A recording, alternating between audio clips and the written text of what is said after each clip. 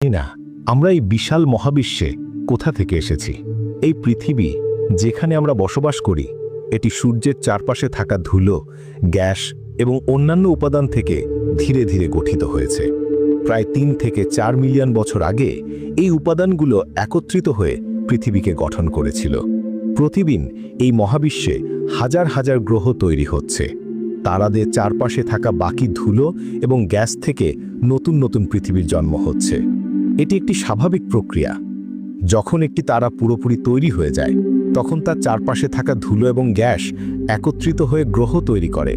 কিন্তু এই প্রক্রিয়া স্বাভাবিক হলেও এক প্রশ্ন সবসময় আমাদের কৌতূহলকে আঘাত করে। এই গ্রহগুলিতে জীবন কিভাবে জন্ম নেয়? পৃথিবীকে নাও, যখন এটি প্রথম তৈরি হচ্ছিল তখন এটি ছিল আগুনের একটি গোলক।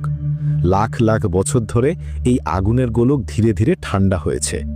কিন্তু হঠাৎ করে এই ঠান্ডা হওয়া পৃথিবীতে জীবন জন্ম নেওয়া সম্ভব নয়। তাহলে জীবনের উৎস কোথা থেকে এসেছে? এটি হয়তো কোনো অ্যাস্টেরয়েডের সঙ্গে এসে পৃথিবীতে পৌঁছেছে, অথবা এটি হয়তো কোনো দূরের সভ্যতা ছড়িয়ে দিয়েছে যারা তাদের অস্তিত্ব শেষ হওয়ার আগে মহাবিশ্বে জীবনের কোনো বিন্যাস ছড়িয়ে দিয়েছিল।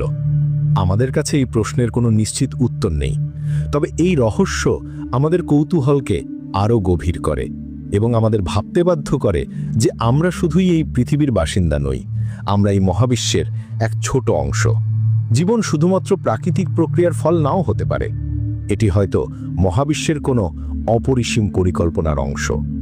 আমরা যতই জানার চেষ্টা করি ততই এই রহস্য আরও গভীর হয়।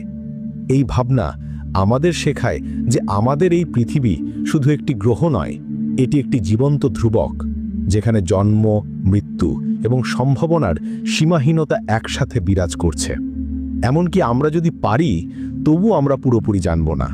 তবে আমাদের কৌতূহল, আমাদের অনুসন্ধান, আমাদের প্রশ্ন এসবই হয়তো একদিন আমাদের সেই রহস্যের কাছাকাছি নিয়ে যাবে যা আজও আমাদের চোখের সামনে অদৃশ্য। এই পৃথিবী, এই জীবন, এই মহাবিশ্ব সবই আমাদের বুঝতে শেখায় যে আমরা কেবল দেখা দিচ্ছি এক বিস্তীর্ণ গল্পের এক ক্ষুদ্র অংশে, যার শুরু এবং শেষ